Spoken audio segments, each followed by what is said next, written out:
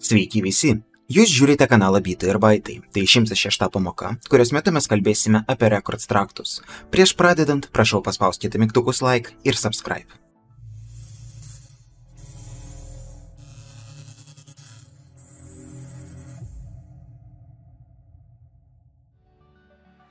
Kaip jūs prisimenate, mes galim parašyti tokį rekordą ir tas rekordas bus išpakuotas į klasę.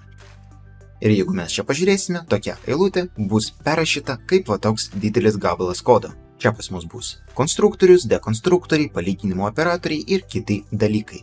Ir visi aprašyti elementai, kaip jūs prisimenate, turės tik du metodus – get ir init. Mes negalėsime nustatyti savybės iš naujo. Mes turėsime sukurti naują objektą ir tas naujas objektas jau turės naują reikšmę. Tam yra naudojama sintaksė with. Ir kaip matote, toks kodas nesuveiks, nes pas mus record klasės yra immutable. Bet taip pat į C# pridėjo record traktus. Jeigu mes parašysime ne tiesiog record, o record tract, vietoj klasės mes jau matysime struktūrą.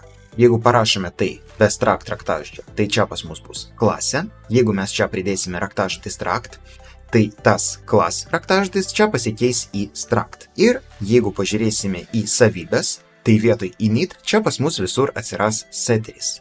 Ir kiekviena savybė turės taip pat ir backing fieldą, bet tai normalus dalykas, bet kokia savybė turi backing fieldus, jeigu mes nenurodome savo realizacijos. Ir nepaisant to, kad record traktai pas mus yra mutable tipas, mes vis tiek galim naudoti with sintaksę.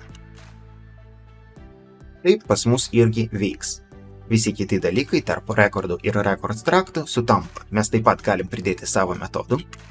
Tarkim, sukursim metodą print ir tą metodą print aš be jokių problemų galėsiu išvesti. Tai čia jau bus ne toks išvedimas, o va toks, kuris čia yra nurodytas.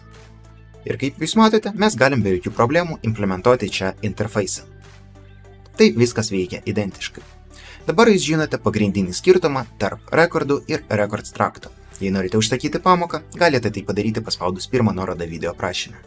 Ačiū, kad žiūrėjote, lauksiu jūsų kitoje pamokoje.